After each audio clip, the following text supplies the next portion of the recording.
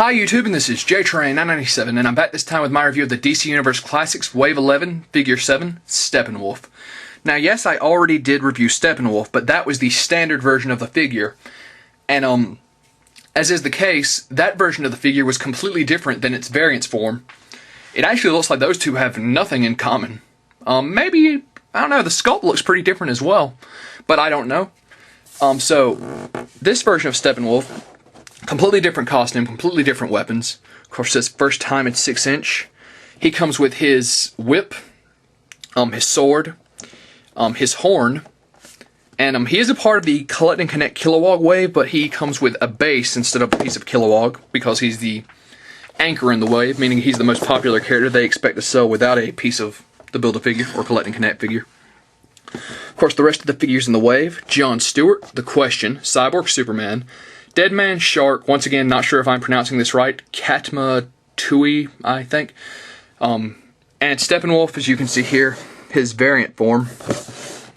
His bio bit says, Uncle of Darkseid, the ruler of the warlike planet Apocalypse, Steppenwolf commanded the Apocalyptan military, looking to bring about a war between Apocalypse and its sister world, the peaceful New Genesis. Darkseid suggested that Steppenwolf travel to New Genesis and hunt residents for sport. In implementing this plan, Steppenwolf killed the wife of New Genesis's ruler, Isaiah, not sure how to say that. War commenced and Steppenwolf was slain by Isaiah. Darkseid later resurrected Steppenwolf and placed him in charge of the planet's military once more.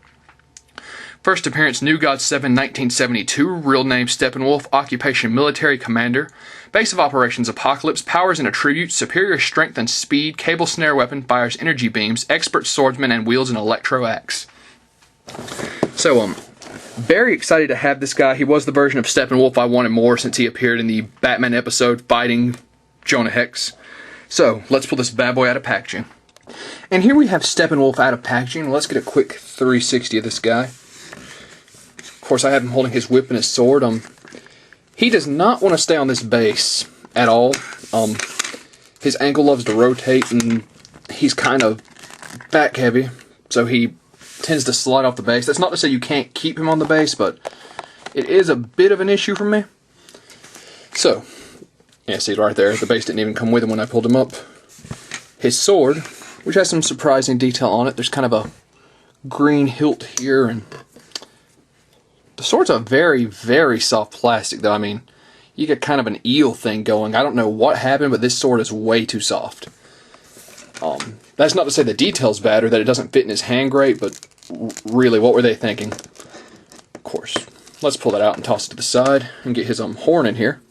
Horn is a solid plastic, has some nice detail in it. Of course, let's see if I can't pop this in his hand. Well, I guess he'd be holding it more like this. I suppose it's supposed to be some sort of hunting horn. You can't really put it to his lips like he's blowing it, but hey, he can still hold it somewhat realistically. And it is a neat little accessory. So, props for the horn.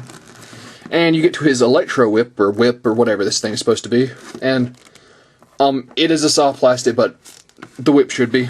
I think a kind of a pipe cleaner thing would work better because it's kind of permanently at this one angle, kind of off to the side, and I think being able to, have it above his head, curled up like he's about to strike someone with it is pretty cool.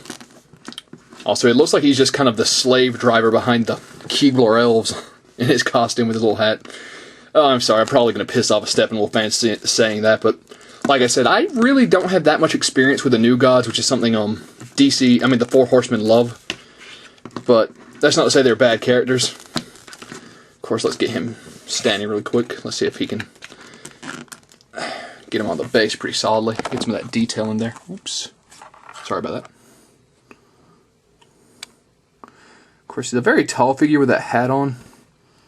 Of course, some very nice detail all the way down. So, zoom back out. Steppenwolf's articulation. Let's pull him off here. I'll get the whip out of his hand. Of course, you see how the handle is. I think maybe a little spot of blue and red would have made some nice control paneling for the whip, but hey, it's not that big of a deal. He is hindered. He can only go up about here on the arms, but it's not a huge issue. He can rotate 360 degrees, both arms. Of course, he had bends at the elbow.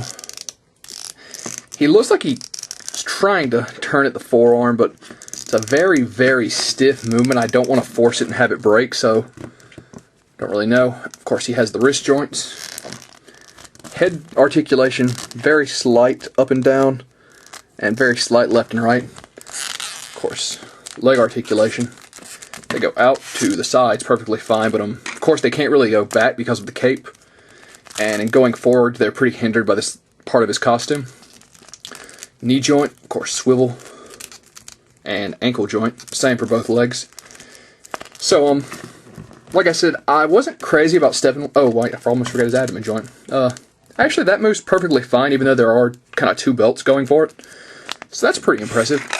Anyway, Steppenwolf was one that I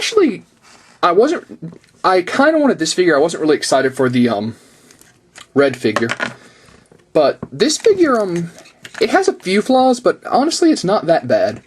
It's all things that I'd be willing to work past. Granted, he doesn't attach to his base well, but usually the only DC Universe figures I have on a base are the ones that have a problem standing. His sword is kind of...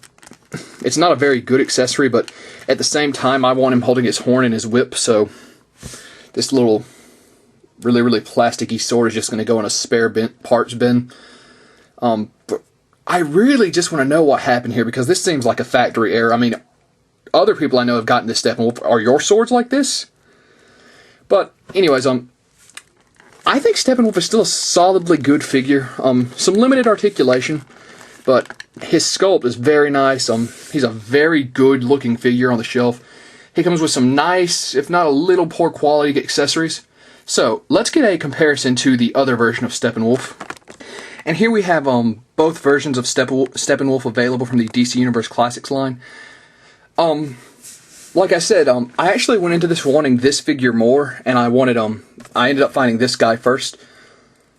I have to say, honestly, not that this figure is a bad figure, but I much prefer the red or superpower version of Steppenwolf. The thing is, though, they're two completely different figures. I mean, honestly, if you set these two figures in front of me with my limited knowledge of the character, I probably wouldn't even be able to tell you that both these guys are Steppenwolf. So, overall, if you're really debating between the two, I'd say go with the red one. He's a solid figure. Of course, let's get him off the side, though. This Steppenwolf, however, it's definitely, like I said, it's not a bad figure. It has some minor problems, but nothing I'm not willing to work past, so overall, if you end up getting this guy, like if it's a 50-50 split, they're both still solid figures. Little touches like touching up his articulation would have really made this guy shine. Kind of a pipe cleaner whip would have been a dream come true for this guy. And once again, that weird sword, don't really know what was up with that, but still, I still enjoy this figure. It has a few flaws, so I'm going to go to a shaky 8 out of 10. And this is JTrain997 saying I'll see you soon, YouTube.